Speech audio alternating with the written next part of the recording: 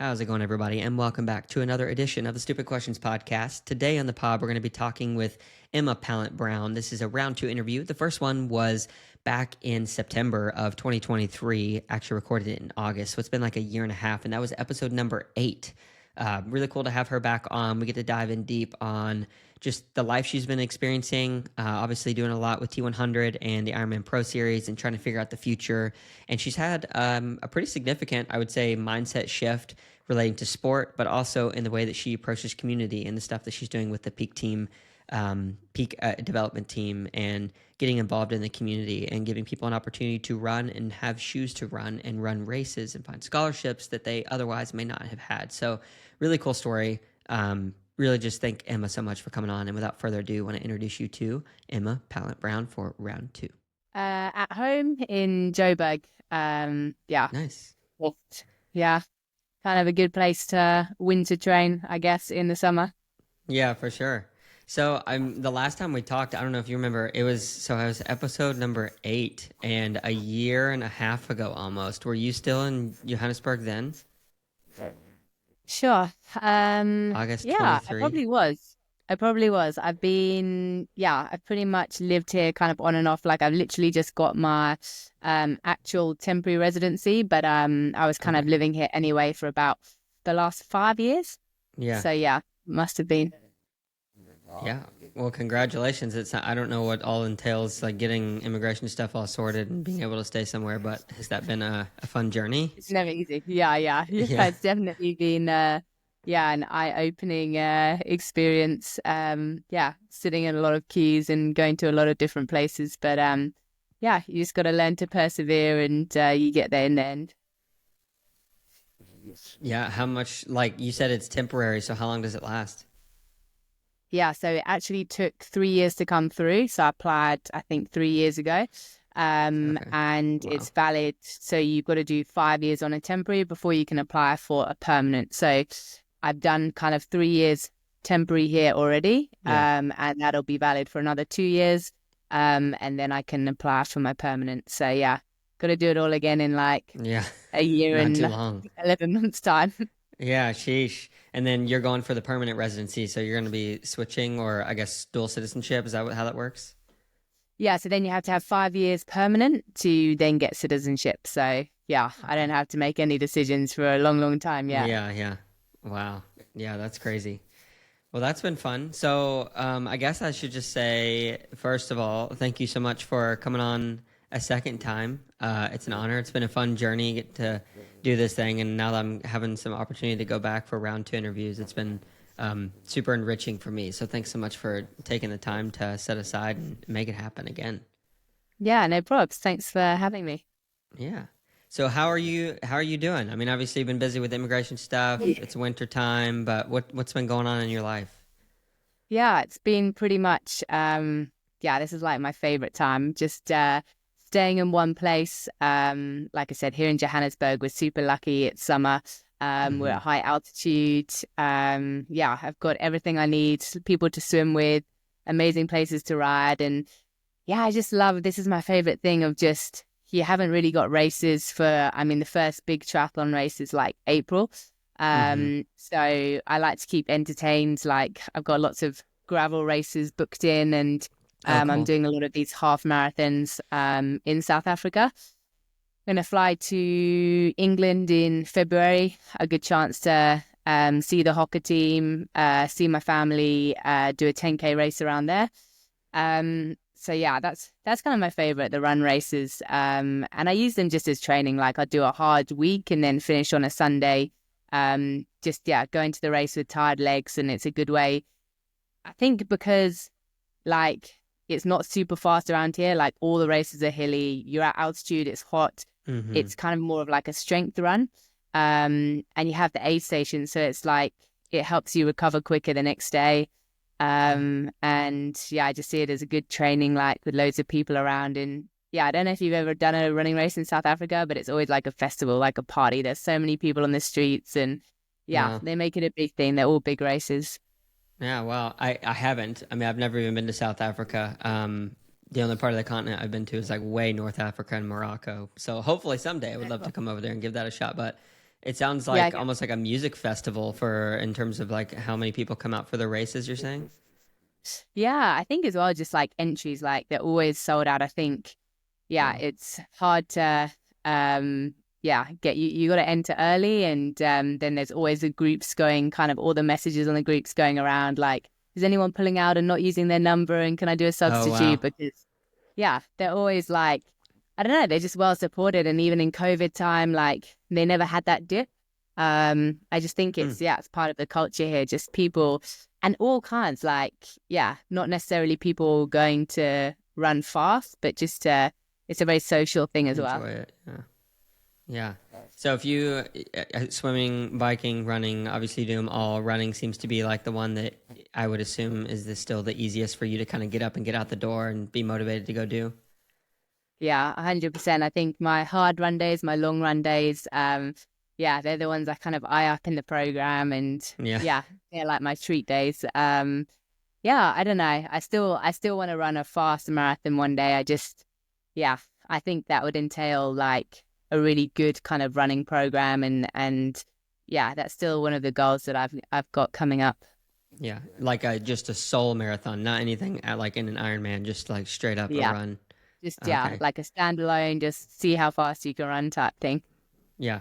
If all stops were taken out of the way and nothing would hold you back, like what do you think that you're truly capable? What do you believe that you could do?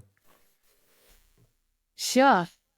I've no idea. Hey, I kind Yeah. of, yeah, I think if I was in within like a minute or 2 minutes of the GB kind of marathon qualifying time, it would urge me to like take it seriously, to Yeah. yeah, go and do a couple more.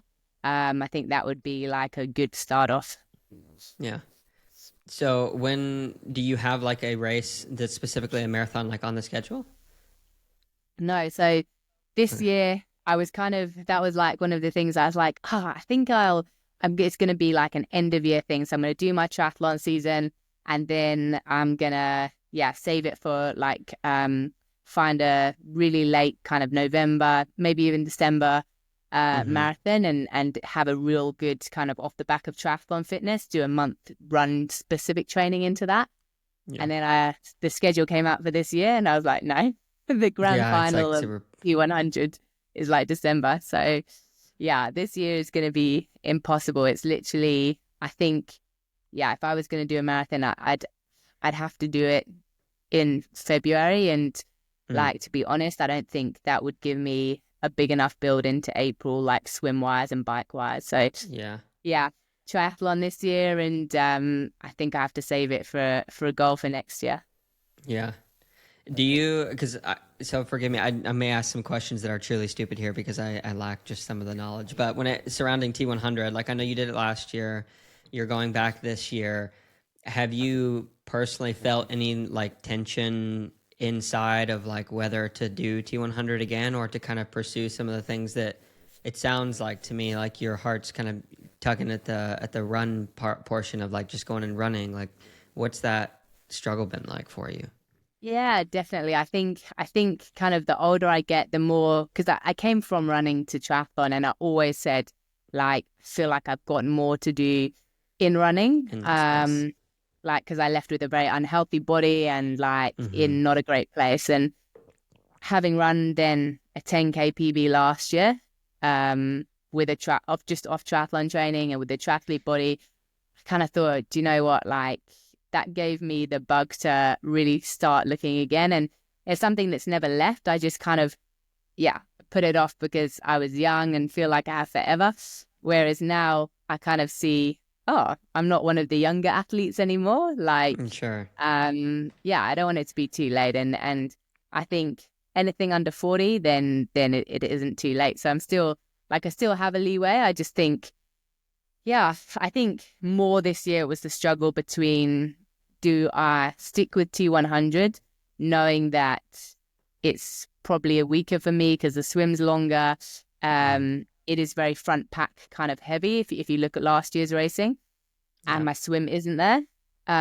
So it's more, do I stick with still take my contract for that, or do I say it's time to go up and do the Ironman Pro Series and race an Ironman? Um, so I think that was the hard kind of decision for me this year. And when they said you only had to do 6 races out of the 10, I thought, okay, well, I can kind of play around with both. So I can tick the box of 6 races of T100 and I can still get a good kind of 4-5 Pro 70.3 and not step up to Ironman this year. So yeah, I think, I don't know. It's still a big decision. It's still, I think I just find it hard to say no to things. So I guess I'm juggling the two again this year. Yeah. Do you think you'll ever get to a place where you're going to say no to one or the other? Yeah, definitely. I think you've got to, I do think as well they might start kind of spreading out a bit more if you have more short course athletes coming to T100, Sure. there might be that dynamic kind of race split and you'll get more long distance athletes staying in at Ironman. And I think that would definitely, I by no means ever think I'd be a good short course athlete. And also, yeah, I'm at the age where I just love to train and the more biking, the more running I do, like I love it. And the swimming is hard. The swimming is, Yeah. it's not my greatest passion. And I can think, oh, for Ironman training, maybe I wouldn't have to swim as much. Whereas T100, like I go into the pool stressed every session, like Really? this is my make or break type thing. So, yeah, I think I'd prefer that pressure switch to be more kind of on the bike. Yeah. I mean, that kind of pressure. So for me, in my experience, I'm not a professional athlete by any stretch of the imagination, but I have noticed, like in my best races that I've ever had, have been specifically with the swim. Whenever like I'm just not stressed, or like there's a level of enjoyment around the actual racing. And I know it's obviously a lot different for you because like that's, when you have a contract, you're trying to perform. You're trying to not only get the money that you get to sign, but like potential the bonuses for the wins, and then you throw in the I'm competing against these other people, and there's this like mental level of like, well, what kind of a race am I happy with performing? So, do you think that it's ever possible for you to get to a place when it comes to swimming where like you're excited to get into the pool each day? Yeah, I think like it's probably the one that I've seen the biggest improvement in. Yeah, And I think, yeah, I don't think it's that I'm not like excited about the pool. I think maybe I just much more prefer the bike and run. yeah, And there are days, when it clicks or you just feel yeah, something different, like you get out and you're like, like it feels really good because you've yeah, just taken off your 5 seconds that you needed just because you felt it.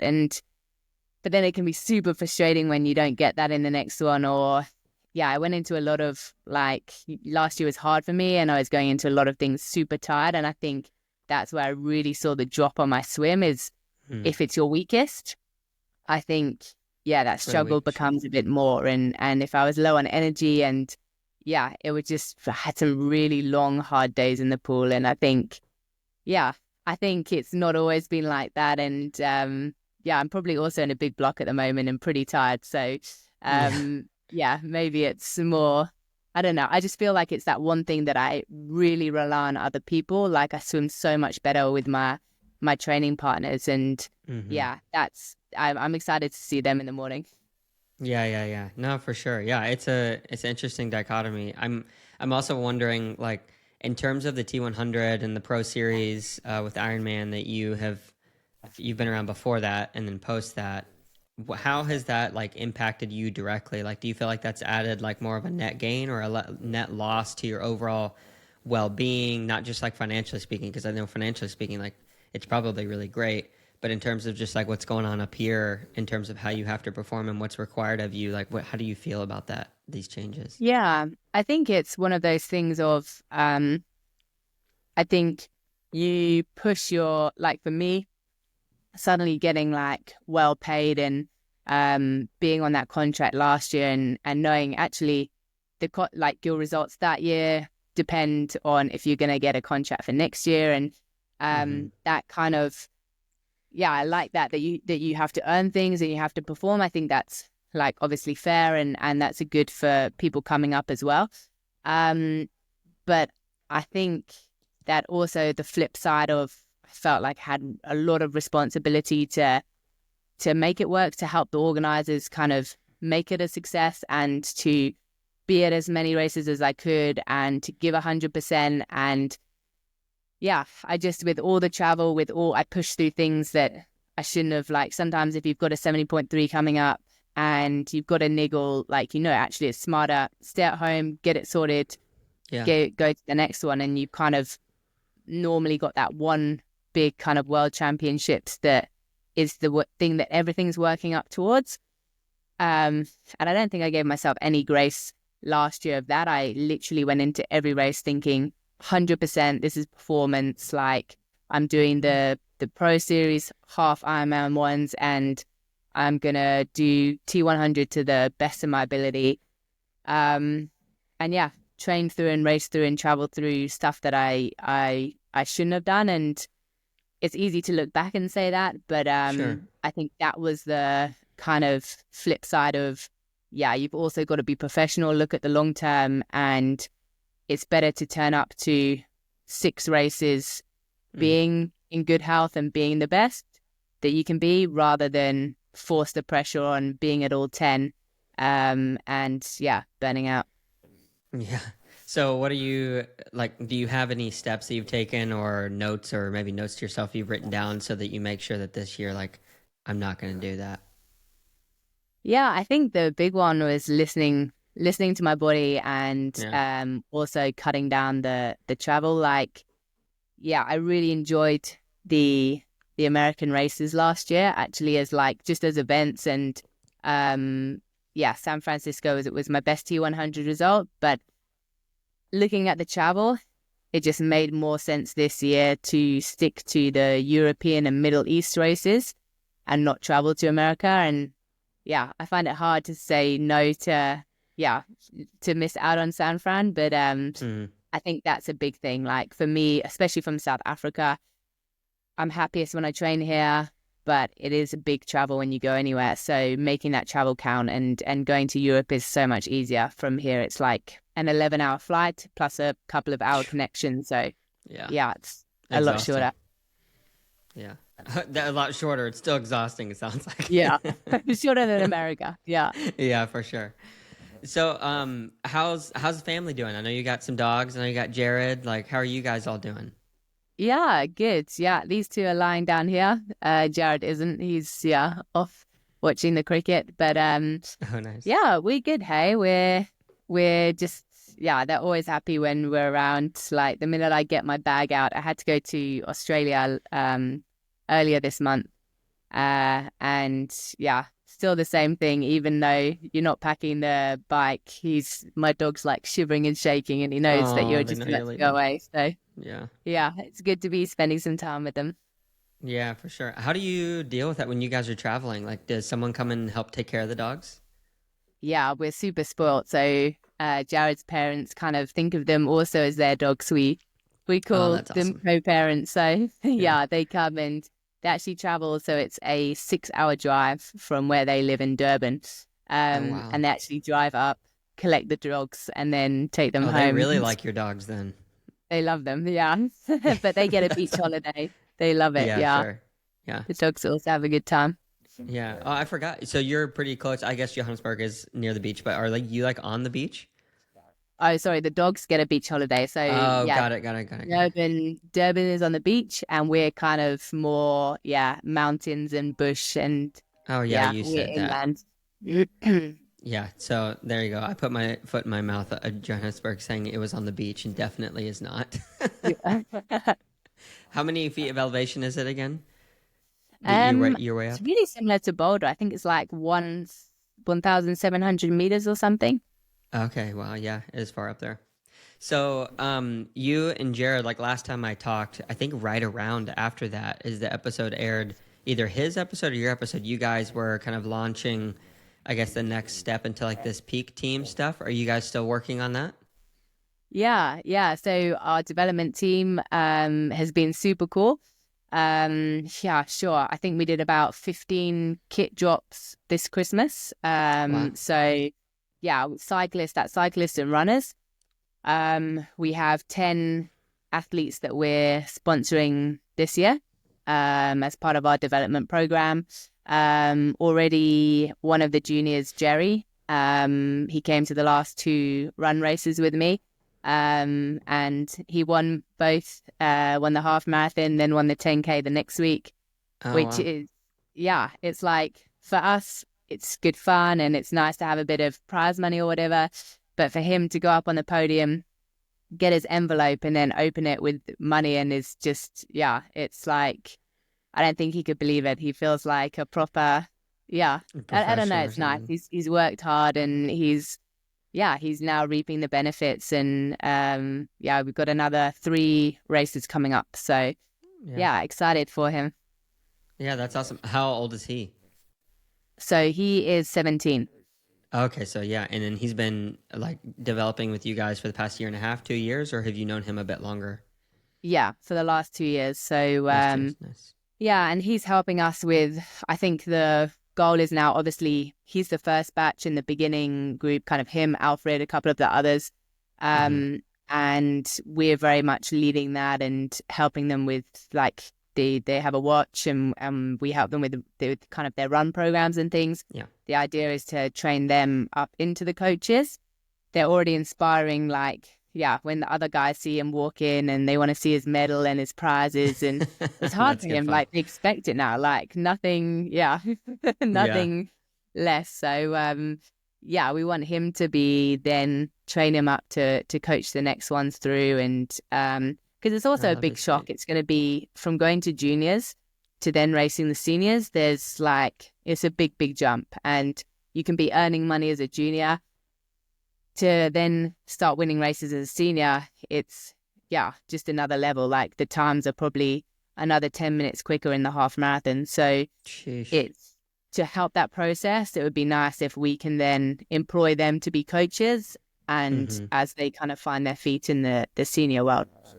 Yeah, yeah. No, that's really sweet. So, I mean, I imagine it takes a good bit of effort and time from you both, like you and Jared, and obviously like whatever coaches that you're kind of employing with this to manage that community, to build it up, to I'm sure deal with whatever small issues may come up or big issues. Like, how much of your time are you guys having to like invest into that, like as a community, to help it continue to grow? Yeah, so it's been like a weekly thing in the one community. Mm-hmm. And then now we're expanding. We've got kind of shoe drop points, where people can put their old shoes. And we're looking to go into other communities. I was visiting one this afternoon. Um, and yeah, I think it's going to be hard to replicate what we've done in one community on our own, because it is a lot of work and it's consistency. Like the minute we go away, it's really hard to keep that going. And that's why, again, we want to train these guys up to then be the facilitators. Mm-hmm. Um, so yeah, at the moment, I think we're now like in the communities that we go into, we want to support already a senior athlete that is kind of already doing the training Yeah. and help him then support kind of the younger ones. Yeah. Like be an Um, anchor point for everyone else. yeah. And it's been, I think, yeah, it's like when I'm here, it's great because it's easy to get the consistency in, and yeah, Yeah. if you want to do it, like you can find time, you make time. But I think, yeah, probably the most discouraging thing is at the moment it's all male dominant. Like all our Mm. development athletes are male. The girls, yeah, I've been to netball classes. I've tried to talk to the girls, and at the Come moment, out and run. like none of them are interested. So Hmm. again, that's like the next cultural kind of shift I want to, yeah, I haven't worked out how to get through kind of to the female To the side yet. ladies. Yeah. Yeah. Well, so I remember when you were in the first episode, like I talked to you a little bit about like how you got into running and whatnot. But can you pinpoint like some of the, or have you thought about like some of the key elements that really grabbed you to find interest in running when you were younger?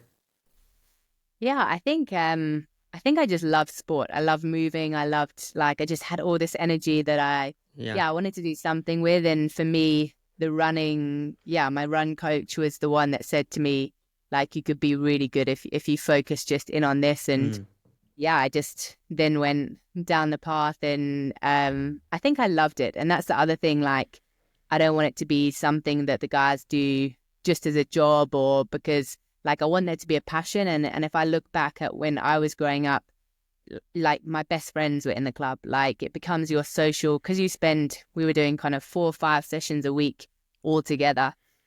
It's it's also your closest friends, and it just becomes that share of, like, the same hmm. passion.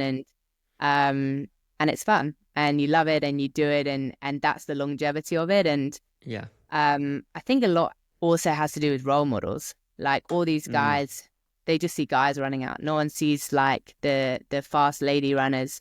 Except for you. And I think that was the other thing that drew me when I was younger. Like, I did have heroes and role models and strong women that I looked up to and thought, that's touchable. Like, I could be like them. Yeah. Hmm. Yeah, it's interesting. I think there's a lot of really good lessons there. Like as I'm just hearing you talk about this, because for me and the different things that I've started in the past, whether it be a small business or, I mean, it's usually in the context of business, or a project, or even leading a small team. It's like trying to find buy-in or get people to be interested in something. For me, it's like, oh, I want to find this like one thing that I can do that ignites that fire. But really, what I've come to learn is like kind of what you've shared. There's a lot of little seeds that get planted over time. It seems to like eventually have enough tinder that catches fire into someone. So like for you, that thing that coach told you, having good role models, maybe seeing someone run past you who was a lady who looked cool. Like it's a lot of these really small things, and then over time, like that's eventually what gives birth to like a genuine interest or passion for something. And really it's kind of annoying to me because it's like, man, that's so hard to operate, but you have to like it requires patience and like this virtue Yeah. of like, okay, it's going to take time to do this. So to shift a culture, I guess I applaud you because like it seems like 2 years you guys have been doing this, you're starting to see some successes, but the discouraging part is like, oh, you want more girls involved. But hopefully like those small things that you're doing over time, these running races you go to, I don't know if you go to like local schools, like you said, you go to the netball stuff, like those, I think those things will add up eventually. Yeah, I hope so. Yeah. What is like your ultimate dream? Like, cause I heard you in the beginning, um, you were talking a little bit more of like looking around on the T100 and you're like, oh, I'm not, one of the younger ones anymore. So you're stepping into like this new territory of maybe going more long distance, thinking about what the future is. Have you thought about like what you want things to look like for you 5, 10 years down the road in terms of your involvement and continuation in sport and impacting lives? Yeah, definitely. I think, um, like I said, I think I've got that window. I'm coming into this window of, I definitely don't want to leave it too much later to, do some fast running races. I think that's a goal. Gravel biking has become massive here, and I think that's Yeah, same something here. that, is. I think they just announced a race. Like, I think it was one of the biggest prize purses in cycling. A gravel race here in kind of down at Cape Town way, Oh, interesting. near St. Like largest in the Francis. world or largest prize purse Yeah, oh, really? Wow. yeah. I think I don't know. I was just reading something because I suddenly saw all these, like, international names gonna come over here and race, and then I was like, oh, okay, this race is a big deal. Um, and I think, they're the kind of things that you could go side by side. And I don't know, there's the kind of bits of training that I've also found that my fitness, just when I think I put a lot of pressure on myself last year, like, to push harder, and when things aren't going well, like, Mm-hmm. to try and mask, like, pain, and just push harder and force things. And as I wasn't enjoying the enjoyment, like a easy 3 hour ride, like, I would be in my TT bike, I would still be trying to, like, Yeah. focus on my Arrow and numbers. narrow. Yeah. Yeah. And whereas this, like, build is actually, I've got myself into really good shape by, going out more on the gravel, like exploring new roads, going for runs just in, wild places that I haven't been before, because I'm going by feel rather than numbers. And Mm-hmm. just then you do your key sessions and you come to those really big, like, hard, okay, I got to hit this number on treadmill, and you're so zoned in and focused in because you've done your easier, like so much freer. I don't know. I Yeah. just, No, yeah, it's that balance, which I would say I had like maybe 2 years ago, and somewhere along the line kind of last year lost I it. was forcing too much. Yeah. Yeah, yeah. No, there's a harmony that has to be had, I think, for like the ultimate performance. Because I've listened to a lot of speakers and then professionals who have talked about, being at the top of their game, and it's usually not necessarily a level of fitness that separates the people from the top. It's usually something that's going on upstairs. And again, I like haven't competed at your level, but like I went through a year and a half stint where, when I first got into the sport, it's going before that year and a half, it was like, oh, I just, I'm writing down, okay, I'm going to do 45 minutes of this and then an hour of this, and I'm going to do this every day of the week. And you're just kind of going out and executing it. And kind of what you're saying, like, there's no, in the beginning, I couldn't focus on numbers because, like, I didn't know what I was doing. But you kind of go to where you think your limit is for that day. And, you push and there's ebb and flow. And then I got a coach and I was like, oh, I have to hit these numbers. And I, had that in the beginning when you get to a sport, when you jump into it, there's like this large increase in the curve of like you're gaining fitness really fast, and then things start to taper off. And then I was like stressing over, oh, I got to hit these numbers. Oh, my FTP has to increase by 10 watts per year. And anyway, I went through this whole journey of switching through coaches, and last October I decided to like go back to self coaching and just kind of get back to the core of like the enjoyment of it. And I've been, I'm on my 4 week block of basically just going out and again spending just time out there. And I did like my first power red workout yesterday, and I hit numbers that I haven't really seen before, and it didn't feel super hard. And I was like, man, there really is something about like you can be informed on the science, you can try to do your best in nutrition, but really I think it's just about like letting your body out there, go for it, spend the time in the saddle, and then when it's time to like go for it, like actually go for it. But if you're stressing about the numbers all the time, at least for me in my case, it drains you. And then when you get to it, like you said, you feel exhausting or you have nothing to give, and it's like there's this harmony and balance between like mental effort and trying to just control everything. I think is what for me ends up being a problem, is when I try to control every single little thing, it starts to just kill the passion and the desire. Yeah, definitely. And if I look back at my program, like Tim would set me like my hard sessions were super hard and key, and he'd have like the numbers that I need to hit, and all the other stuff was just like ride 3 hours, like do. And it was me putting that on. Okay, well, I rode up at 190 watts feeling easy last week, so this week I must ride feeling easy at 195 watts. Yeah. Like I was suddenly making up all the numbers and the fluff in between the, yeah, super hard, super key.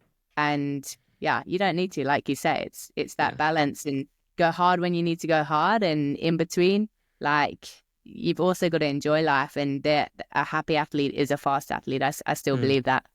Yeah, 100%. I think one of the things that was most impactful to me ever during kind of that time when I was overly focused on control and things weren't clicking, I heard this interview by Daniela Reef, and I guess up until that point, this was several years ago, but she said, well, I only used a power meter for the first time in training and even in a race this last year. And that was like her last couple of years. Like she, to that point, had never used a power during race. And for me, like in the past, I had been, I'd get 10 minutes into the bike and I'd look at my numbers and, it didn't feel right and the numbers were too low. And it's just like, well, I basically threw my race at that point because I had decided, oh, I'm not feeling good, or, you kind of get down on yourself. And so, yeah, Yeah. there's so much to be said about that, which is tough when you have a lot of the popular videos now, like this is the protocol, how to be the perfect human and live forever. Do these 12 things and your life will be perfect. And it's like, okay, Brian Johnson or whoever you are, like, it's like, let me get out there and just enjoy it. Happiness, eat food, eat good food, and enjoy the sport. That's really what it comes down to. Yeah, 100%. Yeah. So, what is something that you feel like you've learned about yourself? So we've talked about you doing kind of shifting focus mentally and getting back to kind of the basis of spending time in the saddle and doing those types of things. But like maybe even outside of sport, like what is something that you've learned about who you are in the past like year and a half since I've talked to you, you think? It's a little bit of a hard question. Um, yeah, in the past year and a half, I'd like to say I'm slightly more flexible. Um, yeah, I think having yeah, I went through kind of, yeah, I didn't have great health at the end of last year, and like to have that time where I actually had to just let my body heal and didn't do a great deal of exercise, like pretty much nothing for 2 weeks. Um, I think, yeah, the old me would have been like absolutely crazy.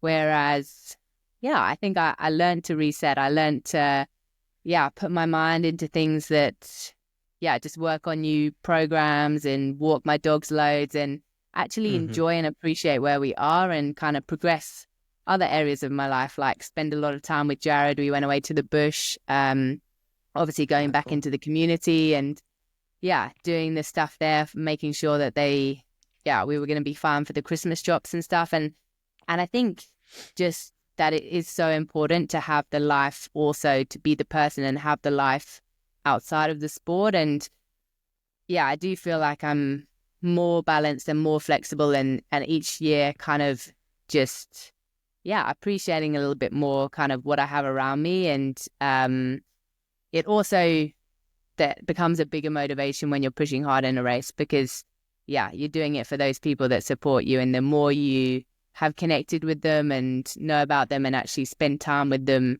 in Mm. their life as well, not just kind of fit it into what you're doing. I think it's, yeah, it makes, I don't know, I just feel a bit more human. Yeah. It's interesting. What do you think it is about like us as humans as we get older? There's either I think there's kind of it can be simplified, maybe oversimplified into two types of paths. There's like one path where it's you become this hard, unchanging, just super rigid way to live life and really end up becoming kind of a grouch and no, this is the way I have to live. I think of like old grandpas and stuff. But then there's this other path where you see people like you're talking about become a little bit more flexible, for lack of a better term, like more. I don't. Soft isn't probably the best word to use because that carries a lot of baggage, but just more malleable or more empathetic, more open to experience. Like, what do you think it is that is decided in the mind that allows a person to follow one path or the other?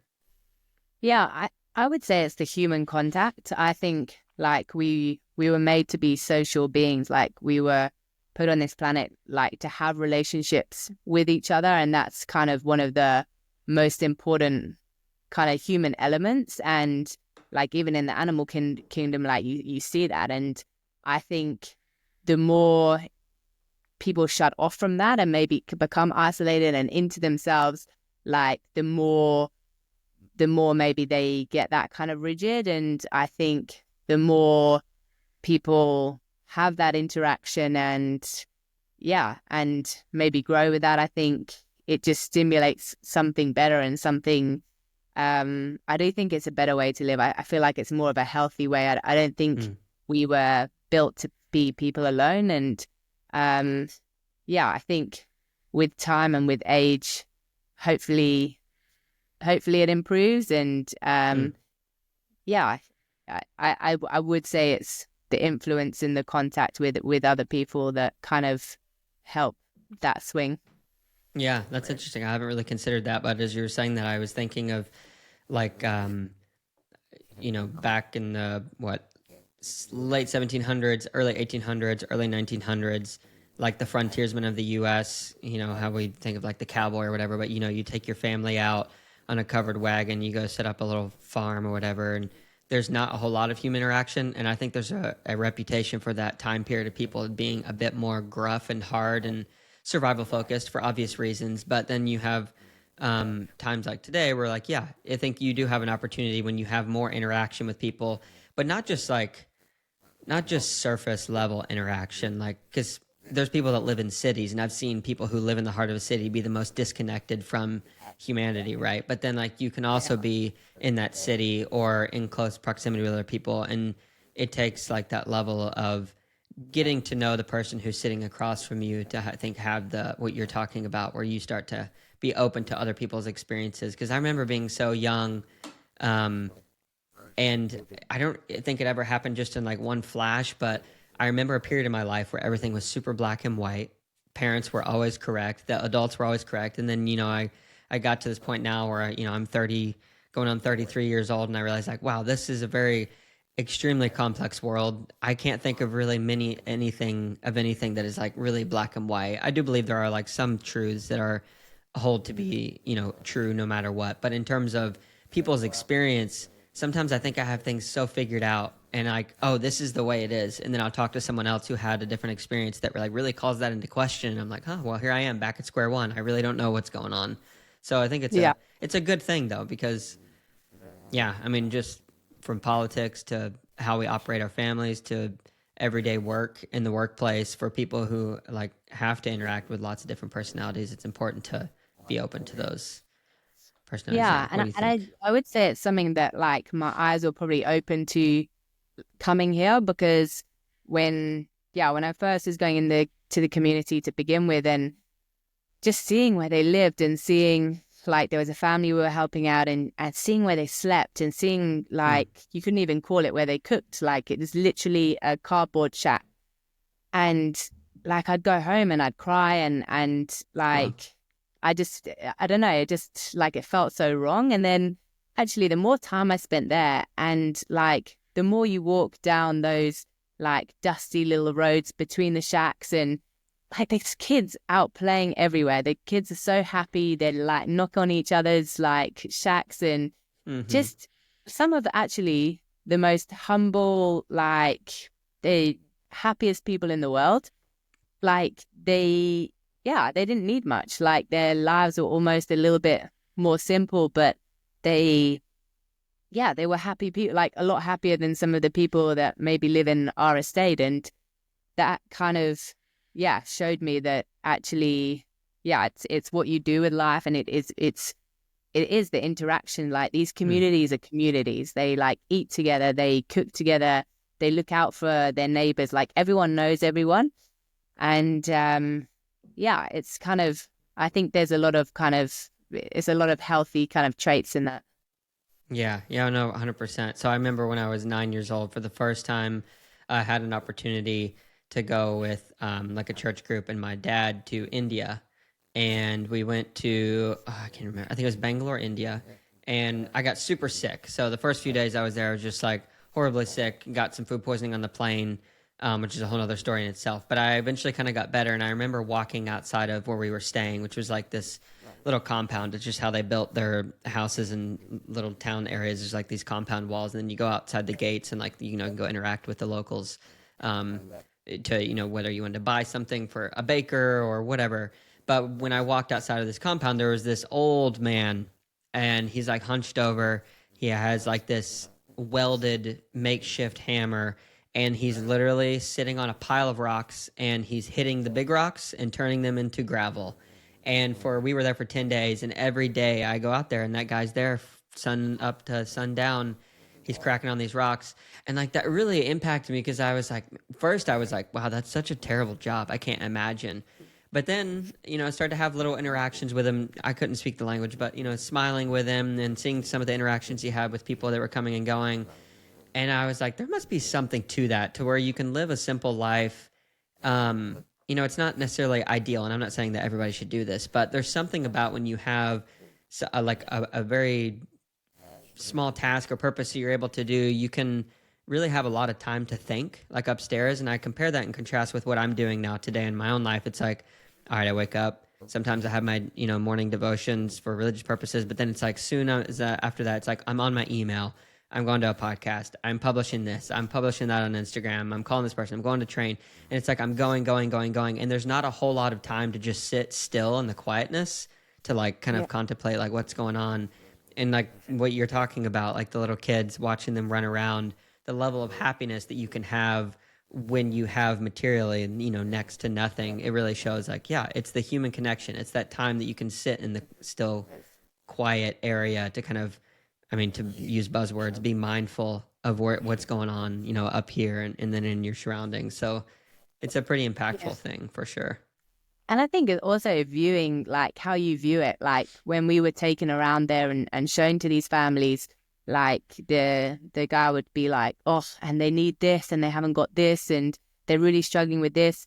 Whereas the families would welcome us into their home and they'd be so proud. They'd be like, look at our mattress and look at our, like to them, they did have a lot, Mm, and it's that yeah. just way of like looking at things. And you kind of, yeah, I don't know. It's just a very different like perspective. Yeah.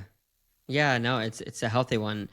So I should have asked this earlier, and maybe we talked about it in the previous podcast, and I apologize if I asked the same question twice, but what you've got going on with the development team, like it sounds like there's like a nonprofit or charitable organization piece of this where like you are getting involved in the community and, trying to offer these people the value of endurance sport. So like, how did that happen originally? Because you're talking about this guy who's taking you in to see like these lower income, like more impoverished areas. Like, how did that become wrapped into this whole thing?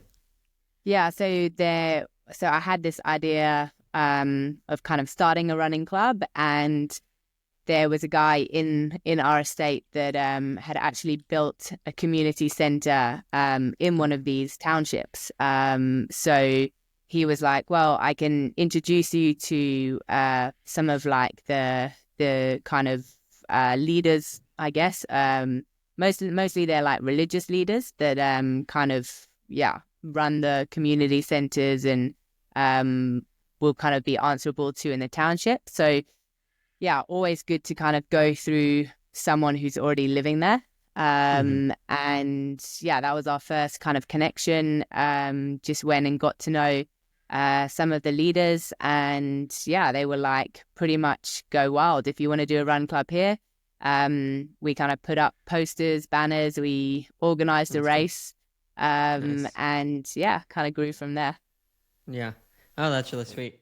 So your real vision for this would be just for this to run wild throughout the country or throughout the town, like to get people involved. Like, do you have even like a real grandiose vision, or is it just like one person at a time? Let's impact a life as much as we can. Yeah, I think in this community, it was definitely kind of really one-to-one individual, get to know these people and grow in this community. And then, of course, like the more you do that and people see that and start writing out to you, there was obviously some kind of loose, run clubs or groups of people Hmm. in needs in townships, and we were like, okay, well, we can get clothes together, we can get run shoes. Run shoes is the big thing, like a lot of them are Yeah. barefoot, which yeah is fine if you're on the grass and on the gravel where they live. If you then take them to a road race, it becomes more challenging. So Sure. then the more kind of shoe drops and stuff we did, we realized actually some of these athletes are really handy. And yeah, you'd like to, at the moment, we don't have any sponsors. We literally are doing everything ourselves, paying for the licenses and the races and transport. So we were like, okay, what can we realistically do? We'll take the top 10 athletes. And yeah, they're the ones that we kind of sponsor this year. The idea being, if we can grow, we're again, like it's been hard because I haven't really been here very much. So I don't Yeah. want to kind of write to other sponsors and get people involved before we know, okay, we can commit to we're going to oversee this and make sure Mm. it runs properly. So I guess this is like a pilot where we put in our own money, see what we can do with these 10 guys. And then, yeah, I think to support the vision with the juniors is the fact that they're young enough to then, if they're doing well at school, get American scholarships. Where I come from Yeah. in Great Britain, like a lot of us went to American scholarships. And if you look at the top South African, the ones that like did well at the Olympics and made finals, they've pretty much all gone and studied abroad. So Mm. I think that will also be, yeah, I've got a couple of connections kind of with the US unis. That'll be a vision in a few years' Yeah. time. Yeah. To help kind of Um, yeah. get there. And I think there's a lot of talent out there, and I think so much of it is like not seen. So, Yeah. um, yeah, the more we can do, the better. But at the moment, it's like a small group. Yeah. Oh, that's good though. Like again, coming from like the business perspective, because I used to obsess over this idea of like creating startups and then becoming like these huge companies being worth a lot of money, and then I could sell it and hire lots of people and yada yada yada. Whatever, for whatever reason, that was like a dream of mine for a really long time.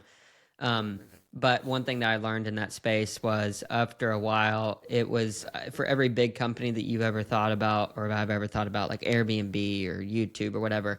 In the beginning, what they really focus on is having like a very small knit group community that's really into the service or the product or whatever. And I think similarly for like these types of programs, if you have those real small tight communities that you can build, like then that foundation for the community like really can catch like wildfire and take off, and it kind of outgrows you or whoever else, which is sad in some respects, but in other ways like it's really good. It's like what we want eventually, for it to kind of grow beyond us, like having a child. We all want our kids, or we all want them, whoever we're helping to mentor, to become greater than we are. So yeah, keep it up. I'm excited. That would be such a cool thing to see some of your, I don't know, yeah, the development guys and girls that you bring through to like go to university and then one day the Olympics or something. That would be a really good movie, honestly. I think it would be awesome. Yeah, for sure. Yeah.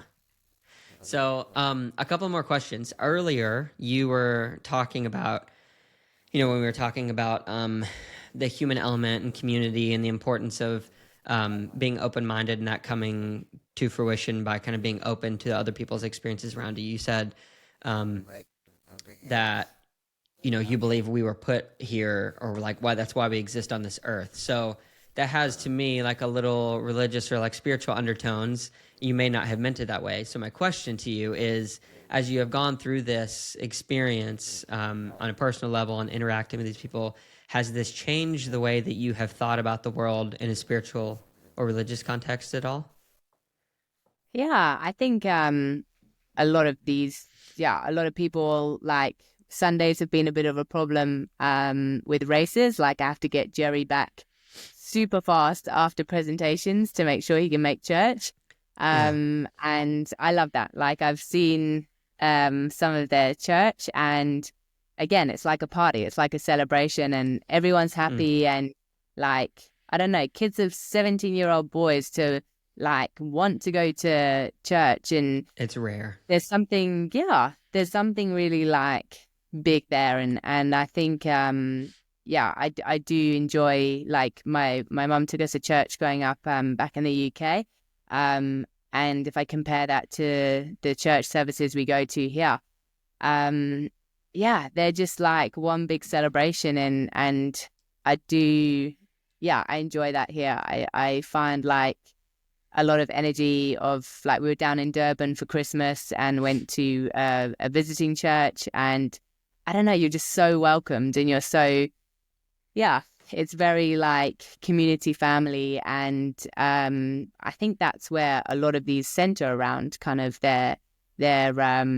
church groups. And I think that's something important. Like, me and Jared were both brought up going to church, and yeah, I guess it's something in our house, like, just hopefully something we live out day to day. And yeah, I'd say the consistency hopefully there is with our interactions. And yeah, I definitely believe in God, and I believe that there is, yeah, there's that, I don't know, I I like the idea of people coming together, like, to praise him, which happens as a big party here.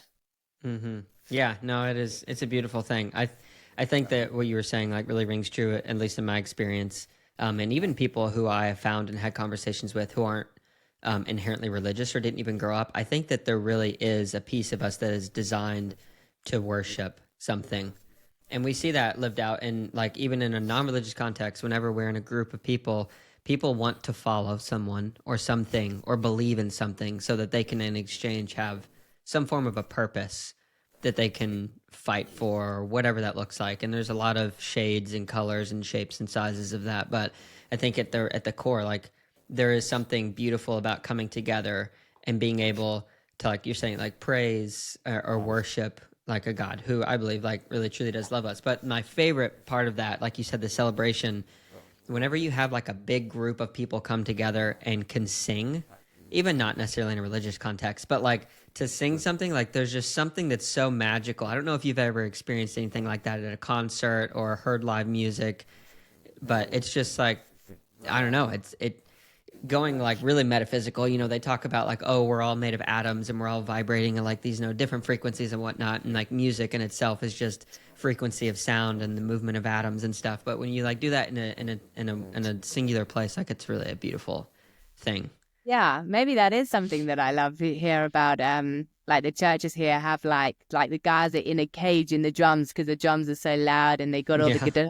guitars, and yeah, it's always a big thing on stage, and African people can dance. Like it's yeah. They got the rhythm. They've It's the got the rhythm. same. Yeah, Hmm. yeah, that is for sure. And I think as well, like um I think yeah, it's not the most ideal way, but I think we're always drawn to that thing, like you say, that purpose, that leader, especially when times are hard. Like if you feel like Mm. something's broken in your life, or if someone leaves your life, yeah, I think with that grief and with that the tough times, like you say, everyone there's something you got to believe in something higher. You got to believe in something better and a bigger purpose for things because yeah, like you say, I think everyone needs to live for a purpose.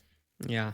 Hope is a huge medicine. So yesterday in the episode that just aired, I don't know if you know who Justin Slade is, but he's a coach for Aqua Bear Swim Club. He's been in a lot of like Lionel Sanders videos. I don't know Oh, if you know. yeah, Yeah. Justin. Yeah. Yeah, yeah. So Sounds good. I had him on about a year ago and then had him on this second episode yesterday that just aired. And I had no idea about this, but like he almost died. He had this crazy gastrointestinal issue where part of his intestine essentially was dying inside. They couldn't figure it out, and he was in the hospital. And he was telling this story of where he went essentially through like this multi-day period where he was having like excruciating pain, where like they would give him pain meds that would last for 10 to 15 minutes, and then he wasn't allowed to have them again for another 2 hours. And he was almost in tears telling this story. But he said like, and he's got his like head in his hands, and he's like, and I was in such this dark place where like I really had that close connection with God, because like in that moment, that is the only thing that I like had. And he was just going super deep. Like he explained it being in the bottom of this dungeon where he was trying to work through this pain that he was feeling. And as he was explaining this, it's like, man, that's so true. Like really the only thing that keeps somebody alive in like moments of intense grief or intense pain is the hope that that will end. And whether that's a hope because you believe like God's watching out for you, or sometimes it's expressed in like the hope of like, I'm going to see my wife again. I think of like men or women at war, I'm going to see my significant other. It like hope seems to be this thing that transcends all other emotions that are negative, and that like can like raise us up. And so I was, as you were talking about that a little bit, like the praise and the grief aspect of it, like I think that's at the end of the day why, in a place where it's not super bombarded with a lot of the social media, the constant stuff here in the U.S. is just like constantly in your face. Whenever you have the simplicities of life, you realize like, oh, what's important? Community, connecting with people, and then that I think brings hope, because if you have a good experience, you get ripped away from that experience, and we can think back on like, oh, maybe I can get back there. Like that's what Yeah. keeps us going. Yeah, it's pretty cool. Yeah, for sure. Yeah. So anyway, I'm done pontificating.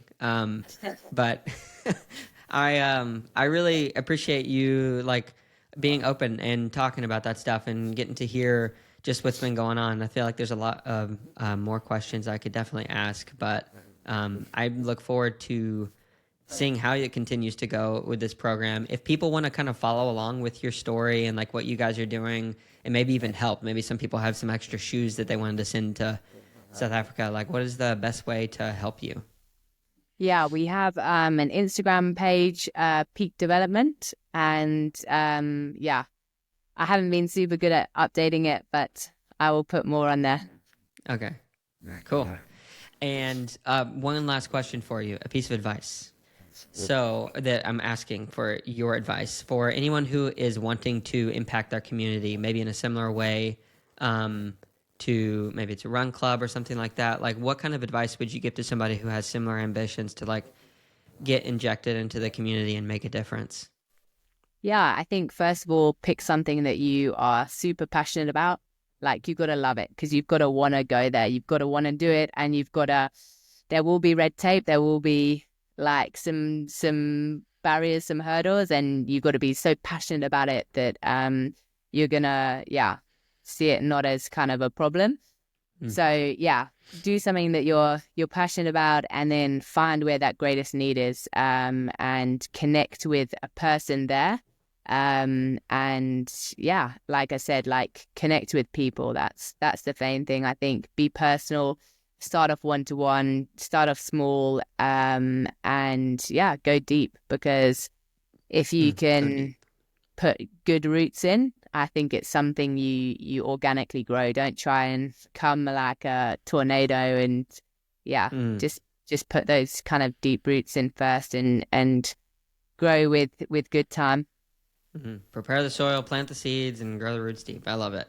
Yeah. Well, Emma, thank you so much for taking the time and sharing what's been going on. I really appreciate it.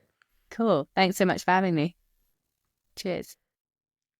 Thank you so much to Emma for coming on the pod and letting me dive in again to the things that she's been learning. Obviously, she's been busy learning lots about herself, about the communities that she is involved in, and much more. And when asking her in the end there advice for how to get interjected into the community, I think the thing that stuck most with me was to go deep, get involved with the people. And that's the only way that we're going to plant roots and make a difference. It's not, as she said, coming in like a tornado. It's coming in peacefully, planting seeds, showing care, giving hope, and that is what will plant the roots to go deeper. So thank you, Emma. If you made it to this point in the podcast, just want to say thank you so much for being here. I really appreciate you for doing that. If you're on YouTube, if you could like, comment, subscribe, all those things. If you're on Spotify, Apple Podcasts, or any of those other platforms, if you could follow, review, drop a question in the comment box, any of that stuff really does continue to help grow and push the podcast forward. And if you want to join our newsletter, you can do so. And when I say our newsletter, that's me. You can join at stupidquestions.show. Thank you so much for being here, and we will catch you guys in the next one. See ya.